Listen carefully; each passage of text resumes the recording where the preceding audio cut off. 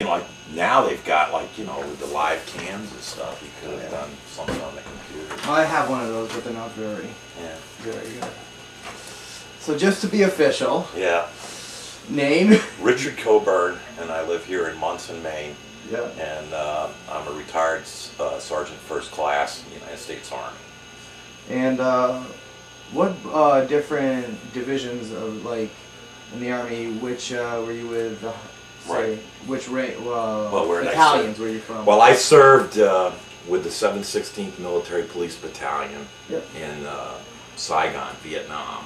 Okay. And then that was during the Vietnam War. And then I also served with the 1st Cavalry Military Police Company, which was the 545th Military Police Company, 1st Cavalry Division. And that was at Benoit. And the two different missions that they had, in 716th, they were primarily responsible for the security of Saigon. Yep. And the security of the homes and houses and, you know, places where soldiers stayed, the billets.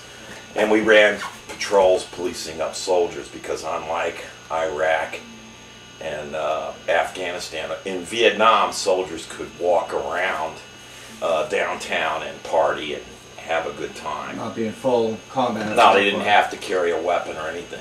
In my experiences, when I was recalled to go to Afghanistan, you didn't go anywhere without a weapon. Mm-hmm.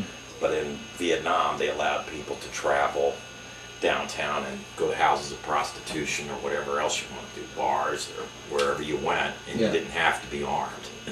And you could stay out as long as you didn't stay out past the curfew, and that was one of the things the MPs did, was round up people that stayed overnight with their girlfriends and different things like that. And, the other day I was over at the school and I looked up a thing on Time magazine, and there was one incident we participated in, which was a huge joint military police raid in the city of Saigon. And at that time the Army was having a lot of difficulties with drug users and racial tension. And this area supposedly was inhabited by all these people that were, you know, deserters and AWOLs and different things. But most of the people that were apprehended were all people that were just out overnight with some friends. Just a little too long. With their lady friends. You know? But there were some that were picked up. So were you there near the time of the fall? No, I was there, and I arrived in Vietnam in 1970, and as part of the 716th, 2 years before, in the Tet of '68, our battalion suffered heavy casualties in the city. They were the ones that were responsible for fighting the VC at the embassy and other places. And so we sort of had a legacy when I got there that we had to kind of follow through with. And that was just a traditional thing. If you go on the internet, you can look up the 716th MP Battalion, and you can just follow it through the whole time. I left from there. I went to the 1st Cavalry Division because I wanted to extend and stay in Vietnam longer. Because at the time, as a young person, like I was 19 years old, and I knew from my experience in the States that being a soldier, it was better to be a soldier in Vietnam than it was to come back to the States, because in the States, like, there was a lot of regimentation and rules and things like that that people would, you know, comply with. So like when we were in Vietnam, you know, you didn't have to really do a lot of the things that the stateside soldiers did. You know, like they basically, you know, had to do all the spit and polish and everything like that, whereas over in Vietnam, usually you had a hooch maid, a woman that would come around and, you know, make your bed, wash your clothes, shine your boots, maybe she'd fix you something to eat. You know, a little bit more free living out when you were... Yeah, it was more freer, and so, like, you know, at the 1st Cav, that was a division MP, an infantry division MP unit. So, like, basically we ran road convoys and different things, and probably the most disturbing thing that happened there was at that point in time, we were supposed to be getting into the Vietnamization of the war, where the war was actually supposed to be fought by the Vietnamese. And comparing it to today, like I said, I was recalled and I went to Afghanistan, that at that time soldiers basically refused to fight because they felt that the war was the Vietnamese war. It was their war. It was for them to fight. So we had American soldiers and units that actually sat down and pretty much said that they weren't going to fight, and other units had to go relieve them. And some people had charges preferred against them, and some people it was just let go, you know. But those things did make it into the paper at the time. But people were breaking down and they didn't want to be there. Right, and soldiers didn't want to be there. There were, because they felt it was the Vietnam, it was the war for the Vietnamese, and it was one that they should be fighting, not us. Now, did you see some of these same effects when you got recalled back into the... No, I didn't. It's a totally different thing, because I think right now it just seems like that most of the people that I served with in Afghanistan really wanted to be there. And for myself, I had retired from the Army in 1990. Right. And 12 years of living here, and I worked in your father's mill on the weekends and different things, but, you know, and I taught school and did different things, but for 12 years, you know, and I'm 52 years old at the time, and, you know, we get a telephone call here at the house, you know, and it's somebody from the Army personnel office in St. Louis wanting to know if I would like to volunteer for service in the United States Army. Mm-hmm. So I don't know, some kind of a fluke or whatever, you know, but I said sure, you know. So the next day I went over and I got a fax message there at Foxcroft. And, you know, a lot of people saw the message, and, you know, a few days later I had a set of orders. You know, so I was very excited. I mean, to me it was almost like, I don't know if you know where I'm really coming from, but if you're 52 years old and somebody suddenly says, you know, come on back and join the gang, you know, and play the game, you know, it was exciting to me. It was, you know, I was making jokes and referring to it as like a cure for midlife crisis and different things. So one of the things that happened was when I joined up with the people that were down in South Carolina at Fort Jackson. Those guys were all like myself. Most of them were people that were old. I was the youngest. Really? Right, and I had been out the longest. There were some that were older than I was, but they had been out for a shorter while.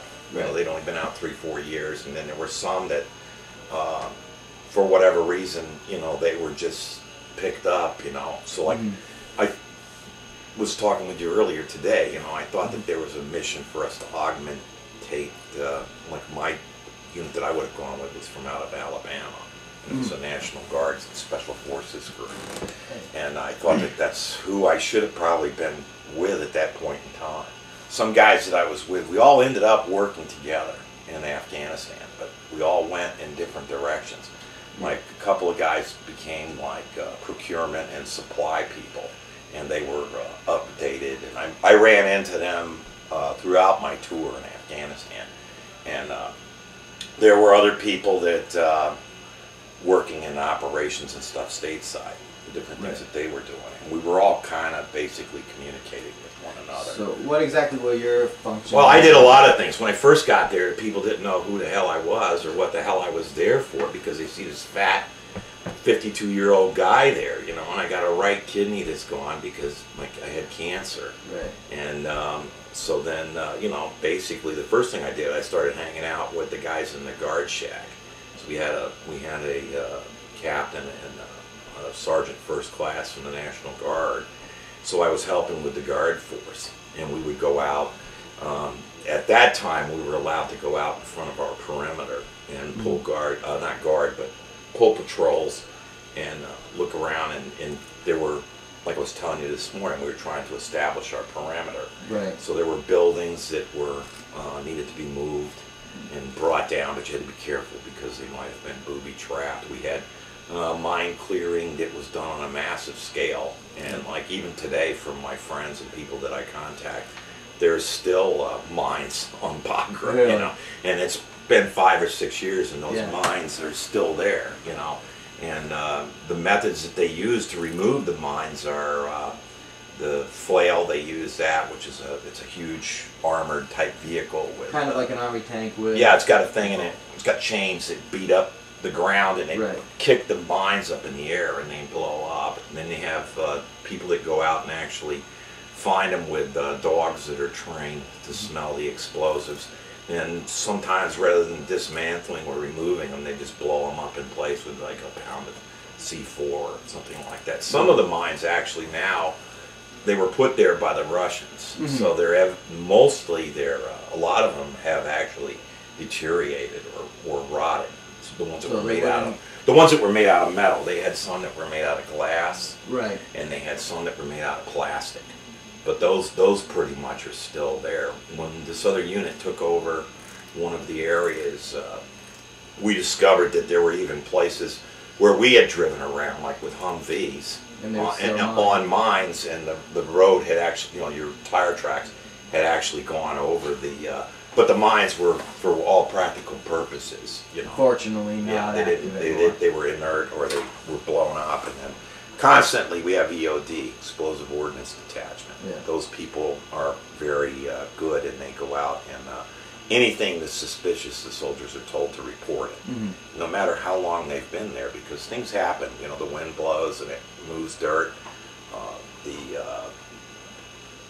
rain, if the rain comes, like it can wash things away.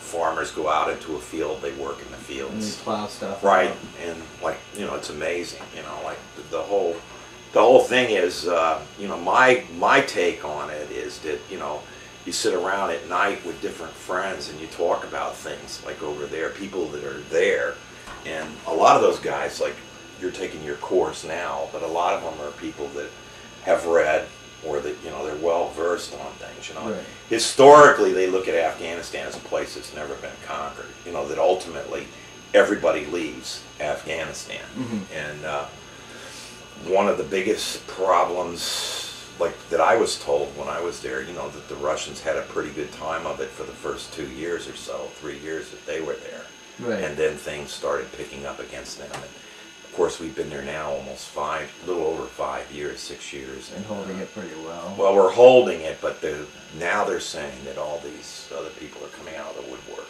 because the Afghans like to fight they rest in the winter. It's an old traditional form of battle, because a lot of armies went into like winter camps or resting or regrouping and doing different things, and so like they do the same sort of thing, they kind of disperse and then come back together again,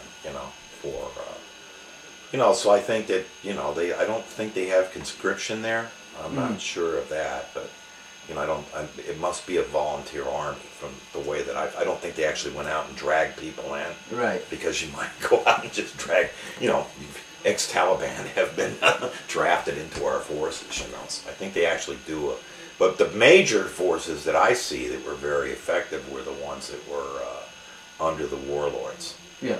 Because they have the money and they actually fund the, they actually in a unique way are gaining funds, Now, did you actually get to meet with any of these warlords? Oh yeah. I met several of them. Really? We had some with, this one guy was named Commander Khan, and he would come to the compounds. We'd come to the gate, and the gate that he would come to would be the gate where they had the bomber just blew up, that Vice President Cheney was supposedly the attacker, because it's the main gate to come in. Right. They have a series of gates. Maybe I'm telling national secrets. No, but anyway, he would come and he would get onto our compound, and the first time that I ran into him, I was one of the guard force, and my guards, I had been in the Middle East on and off for a couple of years, different other places and things, and so these people, they have a certain courtesy, or there's a certain protocol that you don't do certain things, and our guys probably did the wrong thing. What they did was they wanted to totally disarm him. That was number one, and his people and bodyguards. So you don't do those kind of things. And so essentially, they put they ultimately put all of his weapons in his car, and all the people that were with him, their weapons went into the car. And then he actually wanted to give people guns. It was like, here, take one. What are these things? But and it's a little trade. Yeah, but no, he was just, we would go out to his village, we had dinner. Yeah.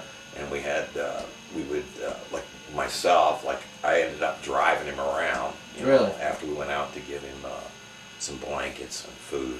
And, like the soldiers that we have, our soldiers are very kind-hearted in that respect, because a lot of them wrote letters home here, and different churches and stuff sent things like blankets and shoes and things that the soldiers actually could give to the people. The only dilemma is that when you give stuff to the people, like you're hoping that they get to retain it, or that, you know, a lot of the official things that were given usually went to the village headman or the person that was under the warlord, and then he distributed. So you have to use a little bit of common sense and figure, well, only the friends of this guy are the ones that are his loyal supporters are going to get all the stuff, you know. So you never get out of the car and try to like hand things out, or you'll get swarmed. You know? Really? You know, we had even our food, like the leftover canned goods, food, things like that, that we would take to the dump, and it would actually have to be destroyed. They wouldn't allow people. Burn it or something. Yeah, like that? it was burned in a dump, but they wouldn't allow people to come in and pick the dump or take food home or whatever. And then all the people that work on the compound, they're searched when they come to work and when they leave. So even like, you know, some kitchen worker might put a soda or something in his pocket and he would lose his job, you know. Really? You know, you know, those. But, you know, there were people that, you know, like Louise sent me T-shirts and stuff, like, you know, different, and I gave them to the, you know, the cooks and the people that worked. You know, they have a lot of young people that work there, like in their society. You'll see kids very, very young doing heavy manual labor. You know, like they'll be out there doing maybe besides some adult or something like this, and they're doing. Like how young are you talking? I'm talking, I've seen them 10, 12 years old. Really? And even younger, like in a brickyard or something, you know. Really? But, you know, but they have to work in order to make money, in order to provide, you know, provide for the family. It's a very poor country. Right. You know, and then like my only other take on it is I have to kind of say, like, you know, because I've been running a lot of this stuff through my mind, you know, and I look at the experience I had as a younger person in Vietnam, and I have a lot of good friends and people that are still friends with me now today. Right. But I think over the years our feelings towards the Vietnamese of some sort of, even mine, have mellowed. You know, like there's no hatred there. Like my father fought in World War II and he was in the Pacific, and he basically, even to the day that he died, hated the Japanese, you know. And of course we have no experience ourselves with the Japanese. Right. But in my case, like, you know, I guess if you look at the situation as it is today, I know that the Vietnamese never blew up buildings in the United States, or they never committed terrorist acts here. You know, they might have, you know, they went after soldiers and over there, and I don't recall any suicide Vietnamese people, you know, bombers. They would actually nothing very radical. Nothing radical. Very, you know, for the most part, they like to hit and run, you know, and get out of there and live to fight another day. And the Afghans used to do that too. So they've been, these suicide bombers and things like that, I think, are some sort of a foreign influence, or a newer kind of influence. And you really, if you think about it, a suicide bomber or an IED is basically a very cheap sort of weapon because of the effect that you get from it. Right. And the other thing is that, like I say, I have, like, you know, most people that I know that were in Vietnam, even though they might not have, you know, they weren't going to stretch a hand of friendship towards the enemy, you know. Right. But the idea is, I think years later you look at it, that they were, you know, they weren't devious. You know, they might have been cutting your hair this morning and coming after you tonight, you know, but they didn't, you know, you always heard stories about, you know, different things, but I don't know if those are really all stories or if they were true, you know, like, you know, some infiltrator, or you see the movie where the kid comes up with a hand grenade. You know, I never really saw anything like that, or, you know, but you hear about that kind of stuff. Yeah, so you don't know if it's true or not. You have to act as though it is. Did you ever have any issues of like mortar attacks in the base? Yeah, when we were at over at Afghanistan in Bagram, we were shelled with the rockets, the you know, the actual rockets. We would have the first couple of rocket attacks we got. People just kind of, you know, we had practice, or we knew what we were going to do, and the idea was after one or two, people just kind of hee-hawed it off. You know, like you know, you could be in your bed sleeping and a rocket blows up, you just kind of roll over and go back to sleep. You know? But the idea was that, you know, I guess, you know, military, strategic wise, usually a mortar attack or some sort of an artillery attack or rockets usually are followed up with an infantry attack. That's old sort of. They figure out where it's coming from and try to. Yeah, well, today, like, they can get something up in the air, and a helicopter can take care of whoever there was. I used to think that a good tactic that they could have used would be some sort of a mortar mounted on the back of a pickup truck. They could fire it and move. Right. And the idea is, if they did something like that, it would be more harassment and just scaring people or trying to do something to break their morale or whatever. Now, did you actually see anything happen, like an attack chopper try to go after anybody? No, they had nothing there, but like where I would, like when they would leave, groups of people, like, different, when I was there, like they had people from the 101st. So like if there was some sort of a bigger operation or something, those guys would get on the helicopters and take off. Right. And they had reaction forces and different things like that would take off. And then, over in Afghanistan, the workhorse is the Chinook helicopter. Right. And, it holds up pretty well, but it's not really a great country for flying around in helicopters. And then the biggest thing I think that I saw or had to deal with was going up to where they had the Buddhism bombing, where they were blown up by the Taliban. And we had a large number of people that we were establishing up that way, so we had to move everything by trucks that we rented from the Afghans. Oh, really? They're called jingle trucks. They have like all kinds of little things on them that jingle. And then we have our own vehicles and stuff. And it's a long ride, and you're when you're on the roads in Afghanistan, like on the sides of the road, you'll see like stones that are red and white, and like beyond the red side is where the mines are. And then over to the white side's where they've been cleared. And at that time in 2002, the IED was not a factor.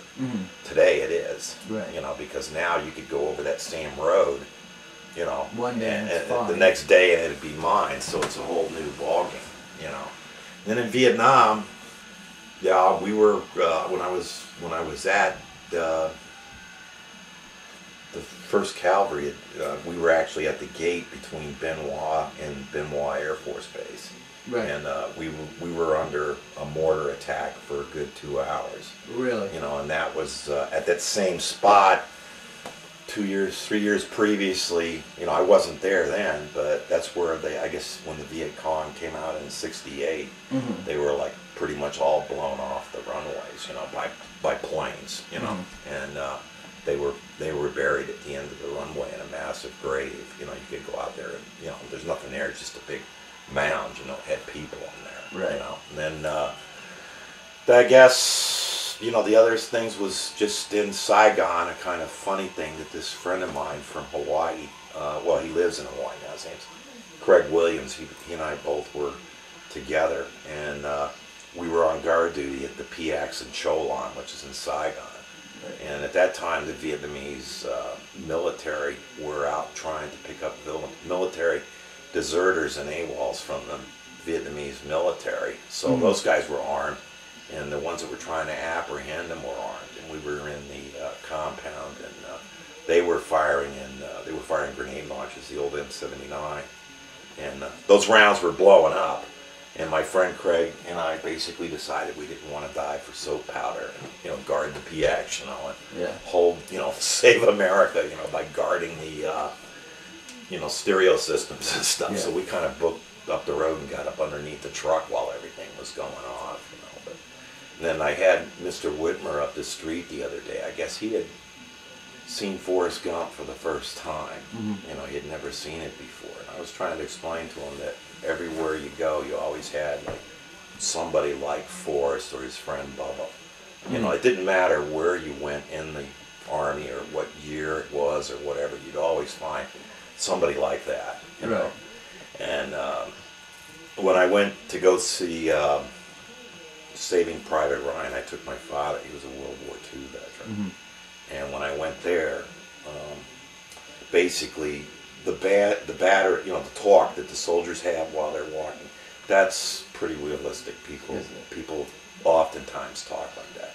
I just today I was over at the school, and they have a new soldier's manual that's out, and I guess you can download it, and it's based on experiences or things learned at this point in time. It's an 80-page document, so it's able to get downloaded, two sides copy, but it goes into the IEDs, and it, a lot of the things that they're experiencing now, these are things that they're putting out for the young soldiers, so they can read, so they can understand. Like some of the stuff is how to deal with people that are under a great deal of stress, how to identify the IEDs, the idea of you can talk to somebody, if you're in the Army, that's what it was basically saying, and they would, you can do it and it's not offensive to them, right? Because they know where you're coming from. But if I was to talk to somebody else like that somewhere else, right, they might become offended, or somebody standing around might not know what you were talking about,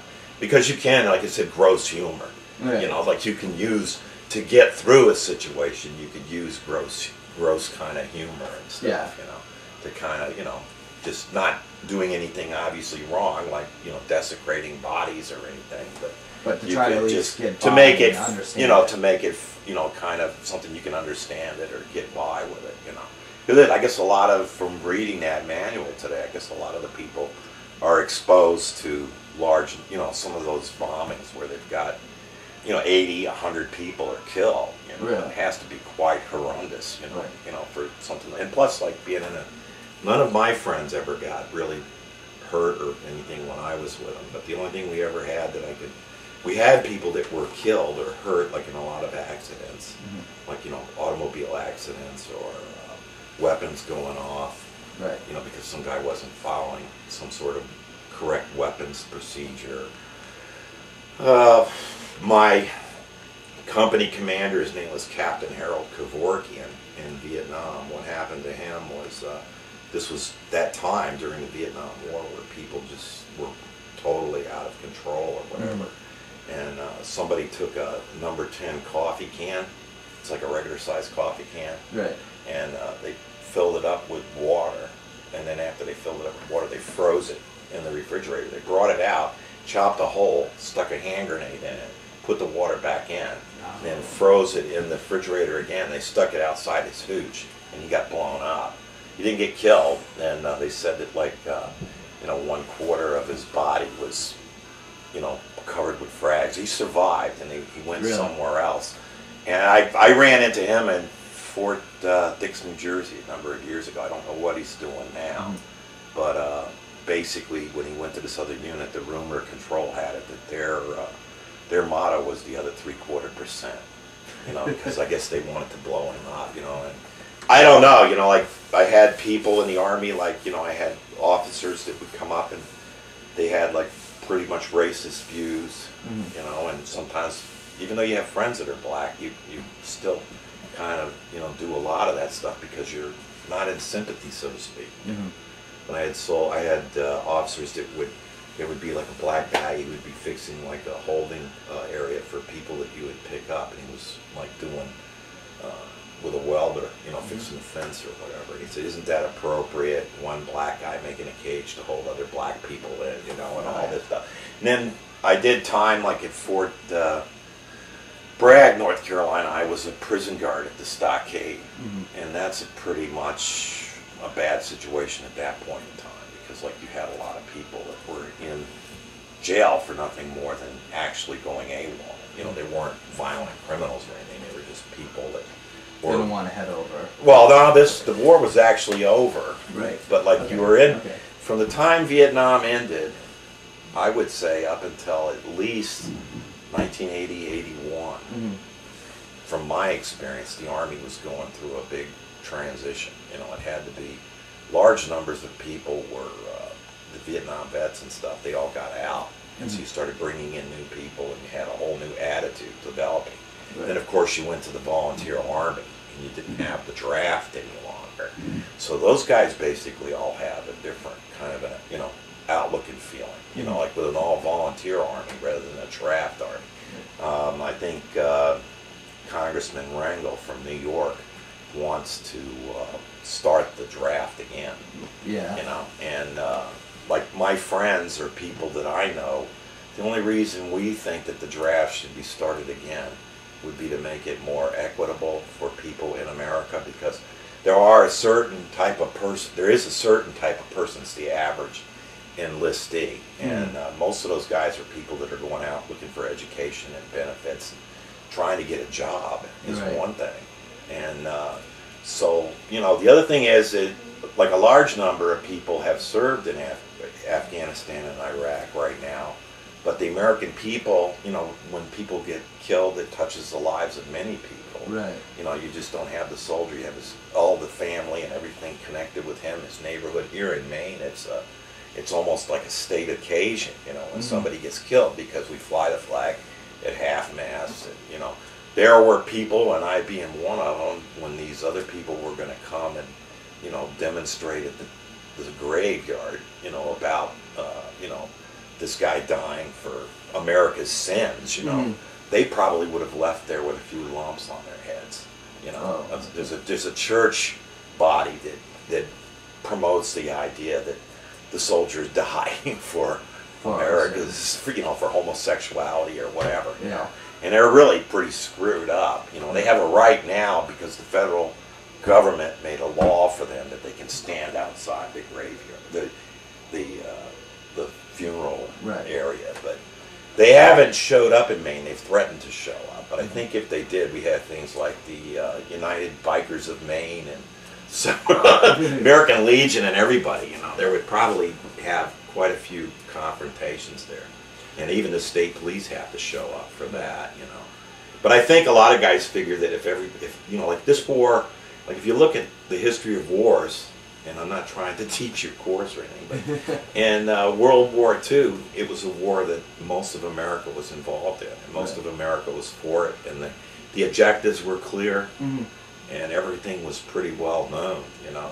And the war was fought, probably it was one of the last wars that we've had in our time that was fought in a traditional way, you know, with enemy territory and invasions and actual lines. Yeah, and lines and different things. And people back here in the States that were civilians, they were all involved in it. You know, they were helping to recycle materials and do different things, you know. But this war that's over there now, my son's upstairs, he's in college, he could give a flying rat's ass about it, you know.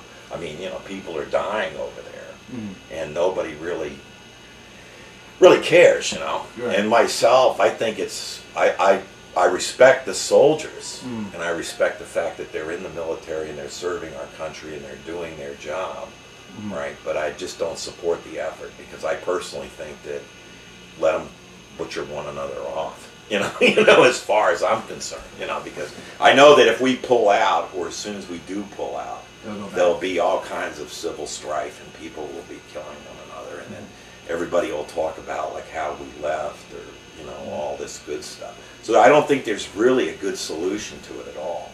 You know, you're damned if you do, and you're damned if you don't, one way or the other. Well, I hate to cut this short. Yeah, I know. I wanted to give you some time. Yeah. I can talk forever, but the idea is I do think that it's done. Yeah. You know, I think that, like, right now there's so many people that are involved over there that, you know, the military, like we talked earlier, you know, these guys are going in and out of there every 2 years, every 6 months, depending on the units, right? One of the guys, one of the people that I correspond with, is pretty smart, you know. Like, if you look at the way we geared up for World War II, and like how many ships we could make in the course of a month, or how many tanks, or how many planes, you know, we can't even produce 15, 20, you know, personnel carriers. You know, because of the way our labor system is, and because of the way things are, you know, and like even to replace equipment that's lost, or this time-consuming and expensive waste. They have a place up in Loring that does that, but you know, it's just like, you know, we waste a lot of money, because like even in Afghanistan, like the guys were using little tiny pickup trucks that were leased for 3 or 4 times their value. You know, you know, and you had people over there, like, our soldiers are spoiled, because, like, you know, if they don't get showers, or if they, like, right now, I read something here the other day that said that, you know, when I was there in Afghanistan, we had like a mess hall, and it was in a tent, you know, or you ate MREs or whatever, you know. But now those guys, like, they've got Pizza Hut They've got, you know, Baskin and Robbins ice cream, you know, PX. All the stuff from back over here. Right, yeah, and it's like a little America. You know, if you probably went to one of those American compounds today. You know, when I was in Vietnam, and this is just going to close you out, it's going to make it kind of disgusting, really, but the idea was that the government sanctioned prostitution, you know, and if you were a young soldier, yeah, and it was like going to Disneyland. Yeah. You know, because like, wow, women, you know, and like, you know, all you had to do was take your ID card, go down to the gate wherever compound you were, and just bring the girl in and leave her in the morning, you know. And there was a lot of controversy about that, but it was just that's one of the things that soldiers don't have now, is sex, you know, and that relieves a lot of stress. And the other thing is that in those parts, the alcohol's available, although they say it's not, right? Because our other forces, like the Germans and other people, they have alcohol, right? And so fortunately we don't have a lot of alcohol related problems. And then for drugs, you're in the land of, you know, drugs, and I think we're lucky that we don't have a large number of troops that are actually taking drugs, or, you know, using drugs out of frustration or why ever they would have used it in Vietnam. And then the other thing is that if you look at the pregnancy rates of all our young ladies that are serving over there, because if a woman's pregnant, she can't deploy. Right. And then if she is pregnant or found to be pregnant in the theater, you know, although, and sex is not permitted, you know, and my partner basically said, is it fair for some guy to replace some woman that's pregnant? You know, in other words, like your unit's getting ready to deploy and you're off the list where you're not going to deploy, but Sally Brown over here is pregnant, right? So you get to go in Sally's place, you know. And then in our war thing today, you know, I think if one of the guys was talking about the draft, that if they drafted men, they would almost have to draft women. Because I think the guys would. That's it. Well, thank you very much. Thank you, Matt. I hope we get straightened out, you know. I just, you know, I don't